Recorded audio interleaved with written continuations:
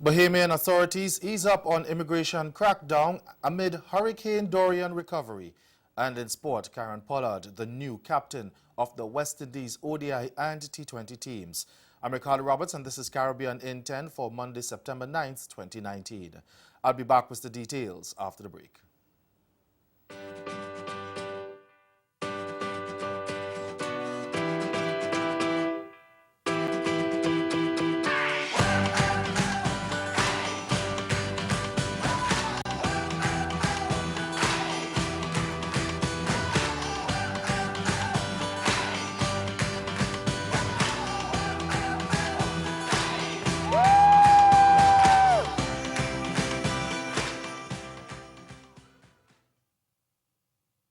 We set the tone with Frank.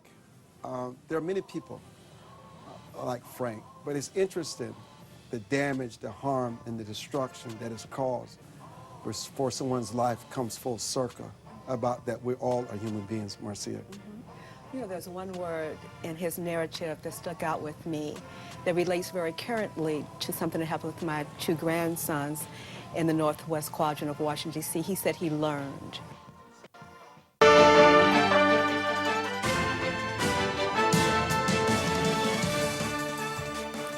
The Bahamian government says it has suspended the crackdown on illegal immigrants in hurricane-hit Abaco Islands and Grand Bahama as the death toll from Hurricane Dorian continues to rise. A statement from the Royal Bahamas Police Force said that as of yesterday, 45 bodies were found, 37 in Abaco and 8 in Grand Bahama.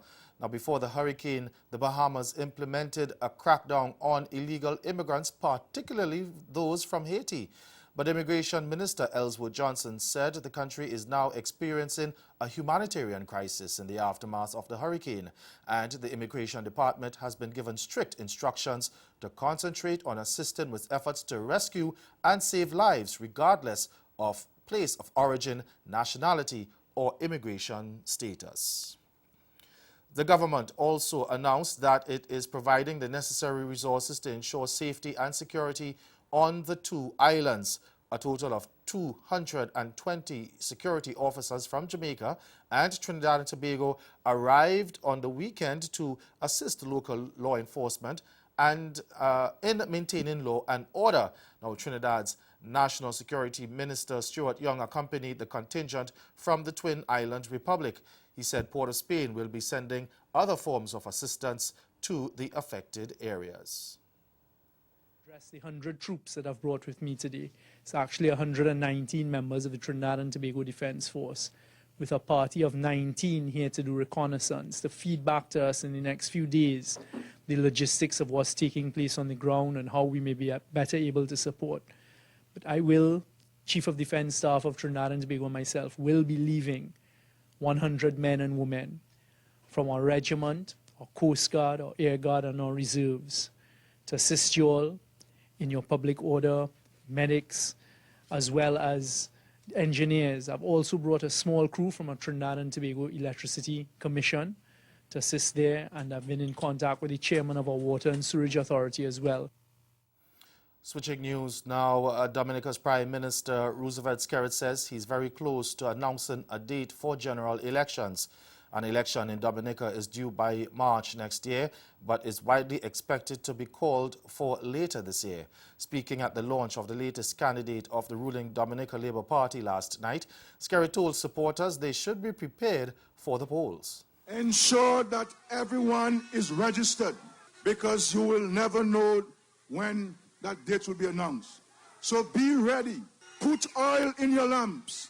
Put on your breastplate and get ready to fight battle to defend the Dominica Labour Party and to secure the future of this country. I have the date for the elections, ladies and gentlemen.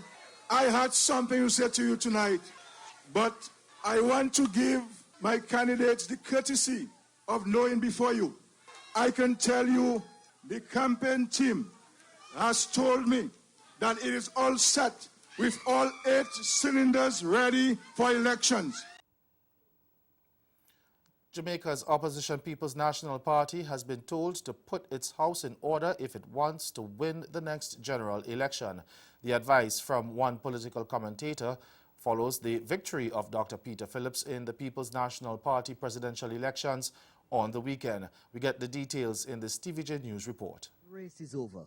Dr. Peter Phillips beat Peter Bunting by 76 votes, allowing Dr. Phillips to retain the title of PNP president. Many argue, however, that the wounds will take some time to heal. Add that to several controversial comments on the campaign trail.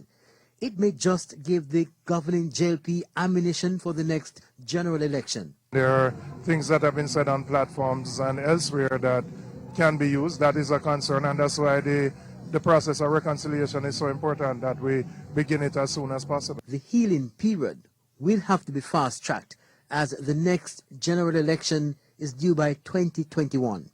Political commentator Shalman Scott believes that the election will be sooner. The mood of the delegates, the level of organization, the speech by Dr. Peter Phillips, and the response is though subdued of the Bunting camp, tell us that there is still a lot of substance and organizational capacity and mobilization within the PNP that can be utilized when that election shall have been called by Prime Minister Andrew.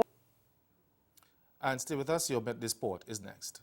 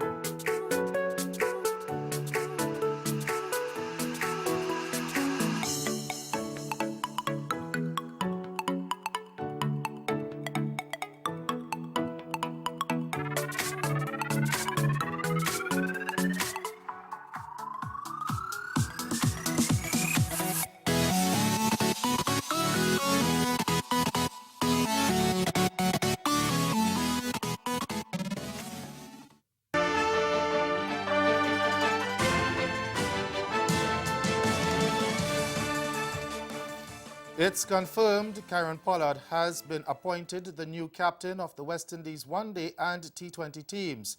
The announcement was made today at a Cricket West Indies media conference at the Hilton Trinidad. Speculation had been rife over the weekend that Pollard would replace Jason Holder, who previously led the one-day unit, and Carlos Brathwaite, who was skipper of the T20 team. Pollard averages 25 from 101 ODIs with 300s, but has not represented West Indies in the format in nearly 3 years. In T20s, which he is specialty, he has played 62 matches with an average of 21 with 350s. The CWI also announced that it will name a head coach for the West Indies team very soon, and a new selections panel will be coming for the recruitment of new players. In the announcement, Vice President Dr. Kishore Shallow said he was surprised to find there was no policy in place for the appointment of the selection panel. And in other news now, L.C. Perry struck a second ODI 100 as Australia once again thrashed West Indies to take an unassailable 2-0 lead in their 3-match ICC Women's Championship Series at the Vivian Richards Cricket Ground yesterday. Opted to bat first, the Vivian ground, the Aussies piled up a massive 308 for 2 of the 50 overs, with 28-year-old Perry stroking a measured unbeaten 112 of 118 deliveries. That's Caribbean in 10. Good afternoon.